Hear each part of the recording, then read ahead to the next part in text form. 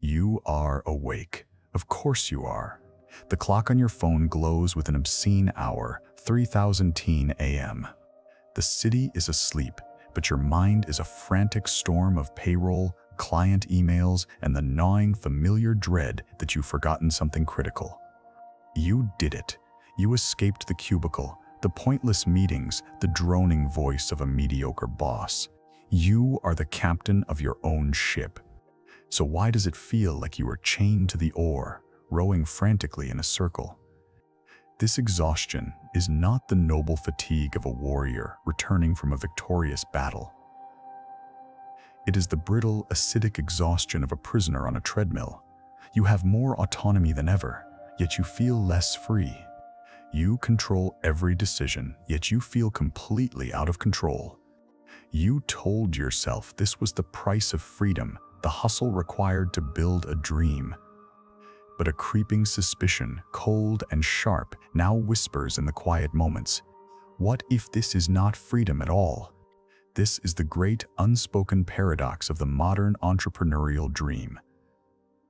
A recent study found that entrepreneurs are twice as likely to suffer from mental health conditions. This is not a weakness in your character. It is a symptom. It is a warning sign, a flashing red light on the dashboard of your life, telling you that the vehicle you are driving is headed for a cliff. You have been sold a lie. A beautiful, intoxicating, and profoundly dangerous lie. The lie is that external freedom, the freedom from a boss or a schedule, is the same as true, internal liberation. You have been meticulously programmed to trade one form of servitude for another, one that is far more insidious because you are its willing architect.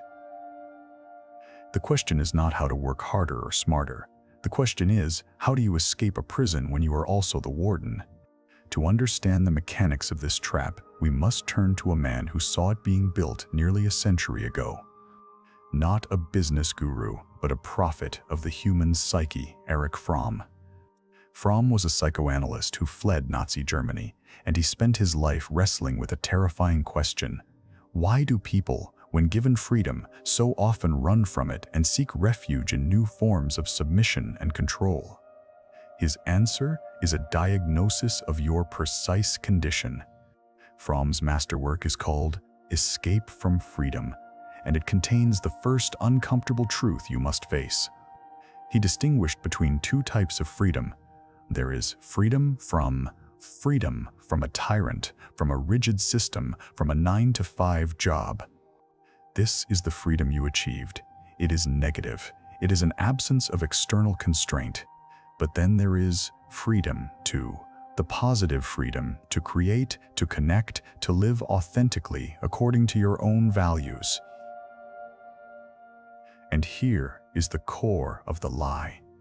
You were so focused on achieving freedom from that you were completely unprepared for the psychological reality of freedom too, because freedom too is terrifying. It is the dizziness of the void. When no one tells you what to do, what to value, or how to spend your day, you are confronted with absolute crushing responsibility for your own existence. Every choice is yours. Every failure is yours. There is no one else to blame. This terror, Fromm warned, is unbearable for most, and so we instinctively, desperately seek to escape it. We look for a new authority to submit to. The old boss is gone, so you invent a new one. This new boss is more demanding, more cruel, and more inescapable than any human manager could ever be. Because this new boss lives inside your head. Its name is the business. You don't have a time management problem.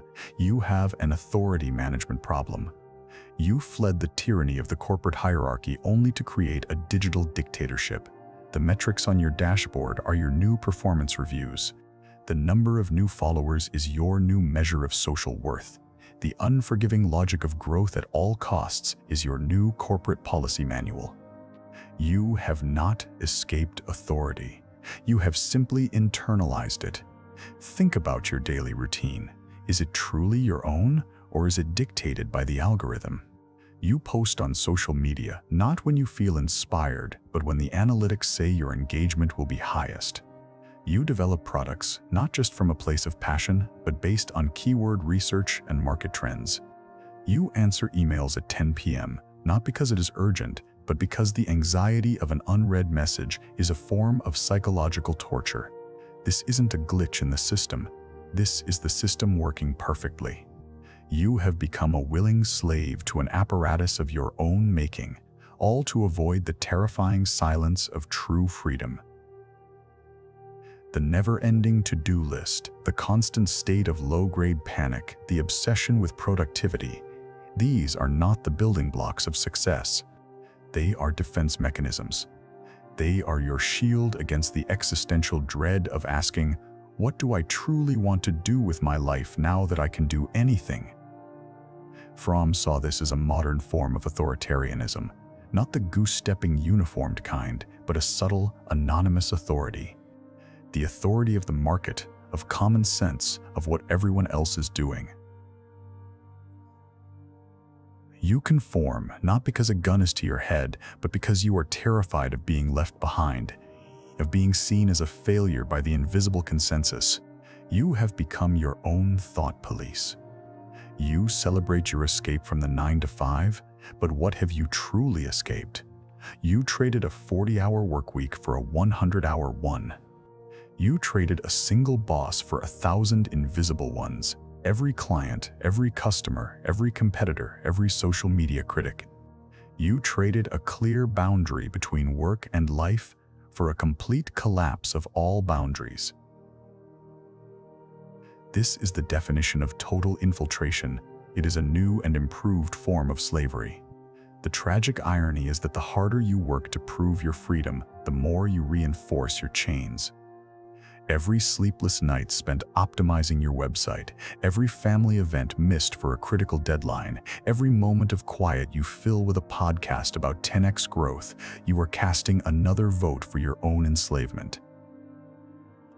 You are feeding the very beast that devours your peace. You are not building a business, you are building a monument to your own fear.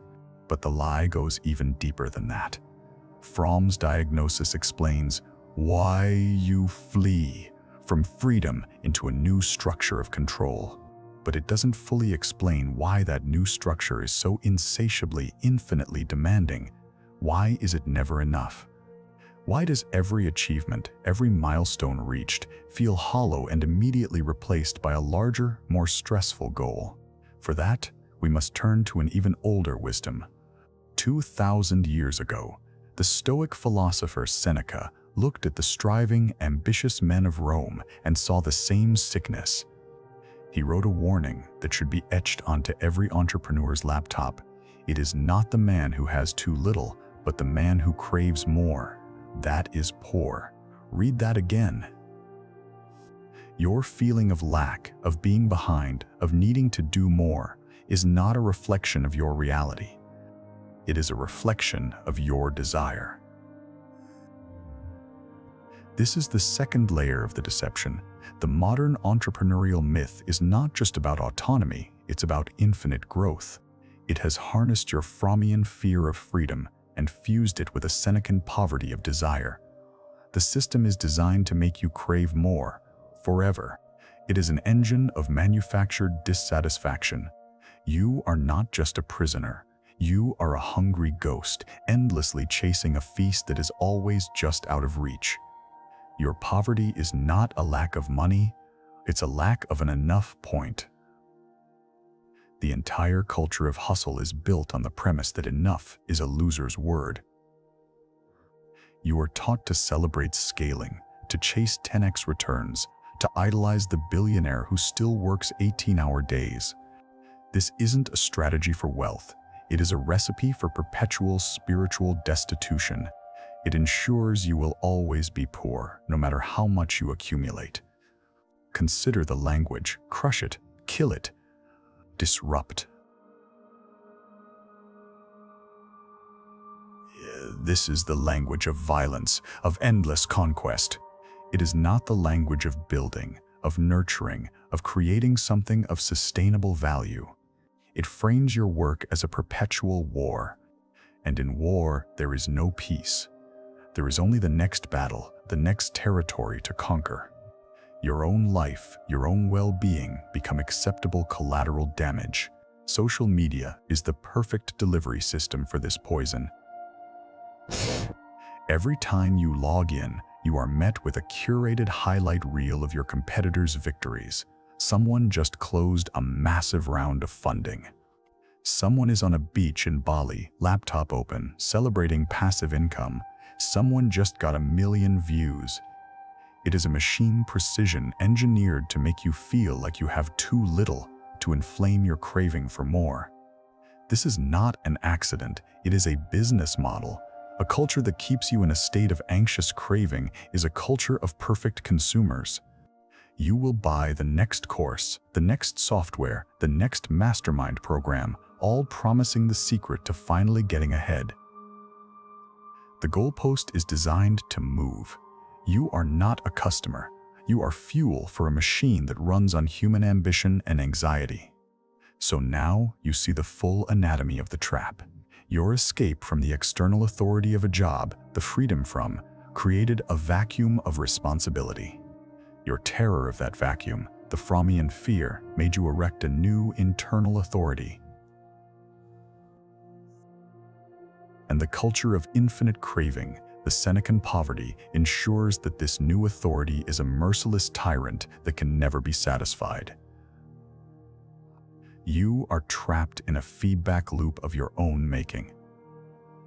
This is why you feel so broken. It's not that you are failing at being an entrepreneur. It's that the version of entrepreneurship you were sold is a programmed failure. It is designed to burn you out.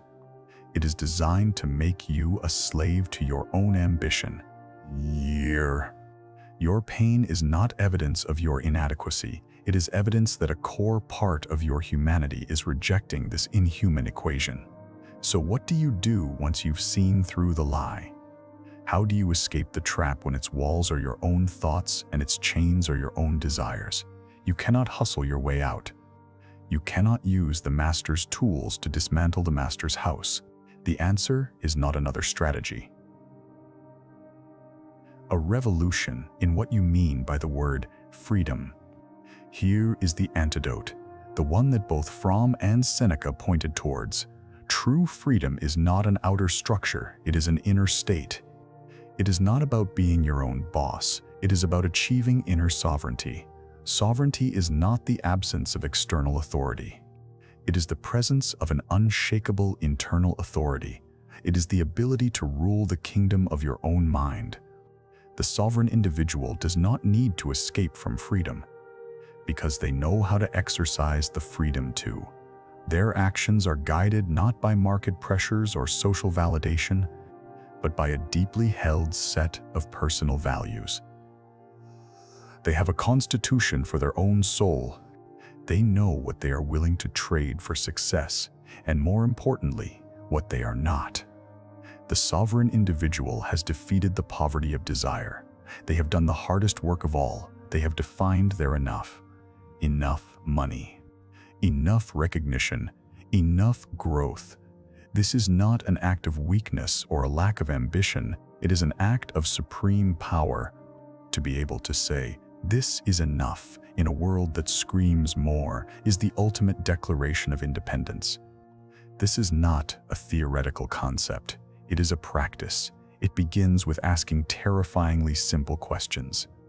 What if I built a business that was designed to give me more time, not less?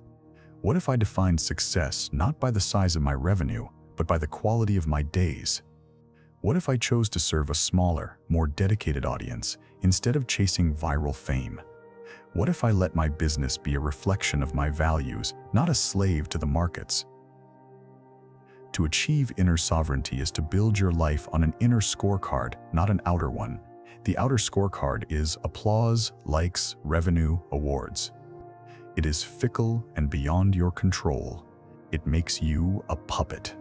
The inner scorecard is your own judgment of your effort, your integrity, your adherence to your own principles. Did I do my best today? Was I honest? Did I honor my own boundaries? This is the only judgment that matters. This path is not easy. It requires you to consciously reject the values of the world around you. Your friends might not understand why you are not scaling. The gurus will call you complacent. A part of your own conditioned mind will scream that you are being lazy or foolish. It takes immense courage to choose serenity over status, to choose meaning over metrics. Imagine the man who needs nothing, not because he has everything, but because his desires are few and aligned with his nature. He is not swayed by the latest trend. He is not panicked by a competitor's move. He has a quiet fortress inside him that the chaos of the world cannot breach. This is not poverty. This is the ultimate wealth. This is the state of the sovereign. This is the freedom you are actually looking for. So here is the final uncomfortable truth. The world will not save you. The system benefits from your anxiety, from your endless striving, from your willing enslavement. The culture of hustle is a parasite that needs you, the host, to believe in its lies. No one is coming to grant you your freedom. The choice, as it has always been, is yours and yours alone. You can continue to participate in the charade. You can keep running on the treadmill, chasing the phantom of more, believing that the next achievement will finally bring you peace. You can continue to be the star prisoner in a jail of your own design. Or you can stop.